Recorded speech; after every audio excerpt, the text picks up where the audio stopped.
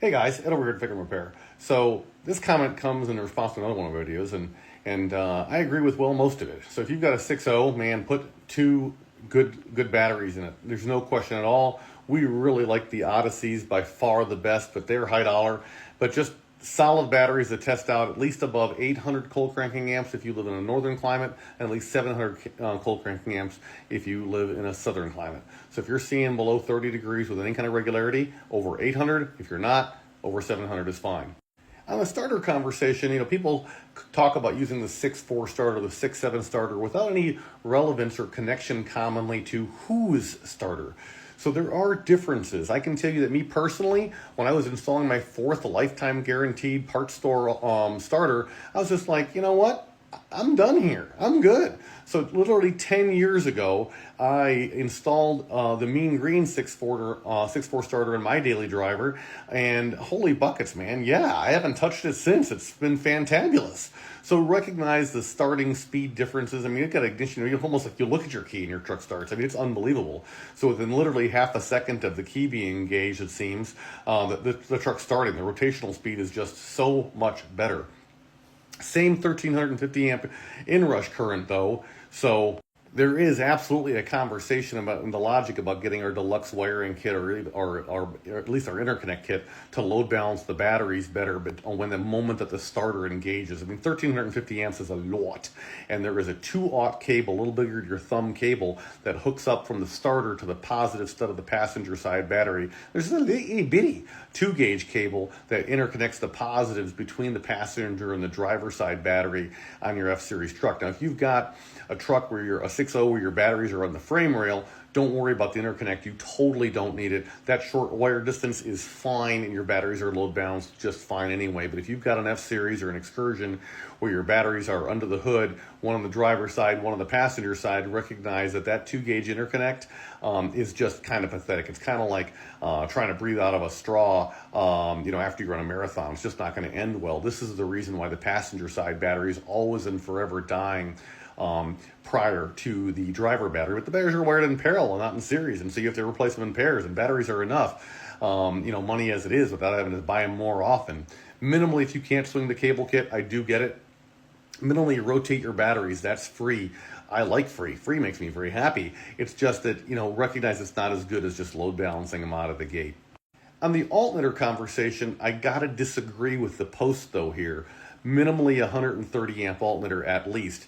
I would say minimally 130 amps at idle at least.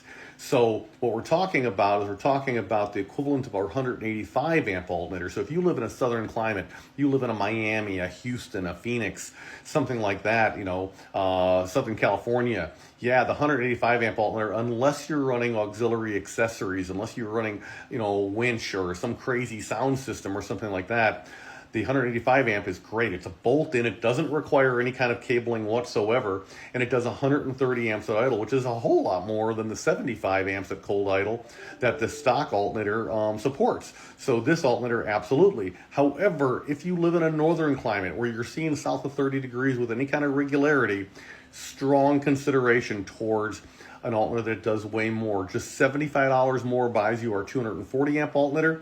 Don't get caught up in the 240 amp number though. What you care about is what does it do at idle. So our 240 does 190. Compare that to some other alternators that, like there's a 220 out there that only does 110.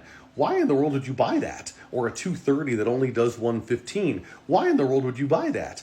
Because essentially what you're doing is you're saying, hey, with that 220 or 230 that only does 110 or 115, at idle it does less than the 185 does, but it necessitates cabling because the stock 8-gauge cabling can't hang.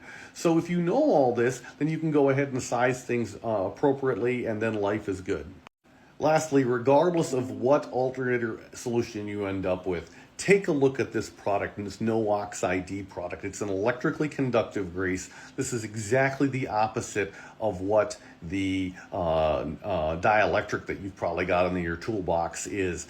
This product is used on battery terminals. It's used on lug terminals when you connect the grounds to the frame. It can be used on the charge stud on your alternator. It wards off corrosion. It keeps the water out, and it helps the electrons pass through surfaces that aren't necessarily saying hi. So recognize your frame, even after you put the wire wheel on it, your frame's not flat. It's flat-ish. Your brand new lugs on your battery terminals, they're not flat, they're flat-ish. So there's little microscopic bumps and valleys and all that kind of stuff up in there, and it makes it so that wire is not, those two pieces of metal, the lug to the frame, for example, they're touching, but they're not touching as well as they possibly could, and it's absolutely astounding how much amp draw you lose out on, how much resistance you needlessly have when you have these solutions. So if you do these upgrades together, you get the better batteries, you get the better starter, you get the better alternator, you get the wiring to go with that alternator if you require it, you get the interconnects with it, man, you will have fewer problems in life. There's just no question about it. Yes, your alternator, your wallet will be a little lightened for a little bit of time, but you're not going to have to become my customer for the FICM, which obviously that's awesome, and you'll just have fewer problems in life, which is similarly awesome. So there you go. So FICMRepair.com, we're almost there, guys, and everything you could possibly need for your Power Stroke or your Cummins or your Duramax, we offer. We rep for literally everybody, and we haven't been on price in 15 years, and we price match for 30 days after the sale. And in case it's not intrinsically clear, we live in the real world. We'll spend just as much time trying to talk you out of stuff as talking you into it. Guys, we're all in this together. I appreciate you so very much. I hope this video was helpful. Thanks.